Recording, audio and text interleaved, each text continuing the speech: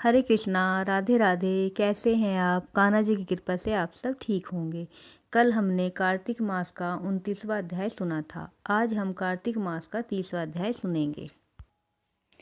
श्री कृष्ण जी ने कहा कि हे प्रिय, नारद के वचन सुनकर राजा पृथु को बड़ा आश्चर्य हुआ। अनंतर उन्होंने नारद जी की पूजा कर उन्हें विदा किया। इसी कारण माघ, कार्तिक और एकादशी में 3 व्रत हमें अत्यंत प्रिय हैं। वनस्पतियों में तुलसी, महीनों में कार्तिक, तिथियों में एकादशी और क्षेत्रों में द्वारका धाम हमें बहुत प्रिय हैं। जितेंद्रिय होकर सेवन करता हुआ प्राणी जितना मुझे प्रिय होता है, उतना ही यज्ञ आदि करके भी नहीं होता। जो प्राणी विधि विधान से इनकी सेवा करते हैं, मेरी अनुकंपा के कारण उनको पापों का कुछ भी भय नहीं होता। यह सुन सत्यभामा ने कहा कि हे नाथ, आपने यह बड़ी आश्चर्यजनक बात कही है कि दूसरे के दिए हुए पुण्य से कलह की मुक्ति हो गई। इस प्रकार यह प्रभावशाली कार्तिक मास आपको इतना प्रिय है कि पति द्रोह आदि पाप स्नान मात्र के पुण्य से नष्ट हो गया। दूसरों का किया हुआ पुण्य देने से प्राप्त होता है और बिना दिया हुआ पुण्य किसी मार्ग से मिलता है या नहीं। तब श्री कृष्ण जी ने कहा, बिना दिया पुण्य तथा पाप किस कर्म से मिलता है वह सुनो। सत्यादि युग में देश ग्राम तथा कुलों का दिया हुआ पुण्य अथवा पाप मिलता था, किंतु कलयुग में एकमात्र कर्ता को ही पाप तथा पुण्य का फल अवश्य भोगना पड़ता है। बिना किसी के सत्संग के स्वयं किए हुए कर्मों की ऐसी व्यवस्था कही गई है। संग करने से जैसा पाप और पुण्य होता है, उसकी व्यवस्था भी सुनो। पढ़ना, यज्ञ कराना, एक साथ भोजन करने से पाप और पुण्य का आधा फल मिलता है।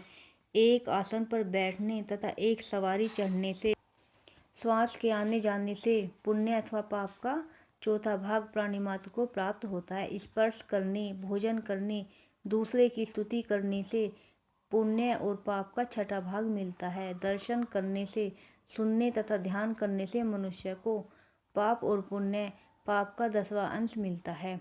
दूसरे की निंदा, पिशुनता तथा धिक्कार जो करता है, उसका शतांग भाग उसको मिलता है।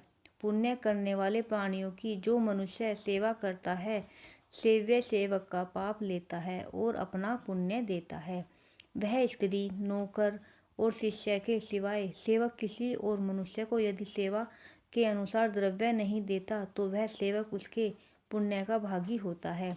भोजन के लिए एक पंक्ति में बैठाकर भोजन करने वालों की परोसी हुई पत्तल को जो मनुष्य लांघता है, वह उसको अपने किए हुए पुण्य का छठा भाग देता है। स्नान तथा संध्या आदि कर्म करते हुए मनुष्य को जो प्राणी स्पर्श करता है अथवा उससे संभाषण करता है, वह मनुष्य संचित पुण्य का छठा भाग उसे देता है।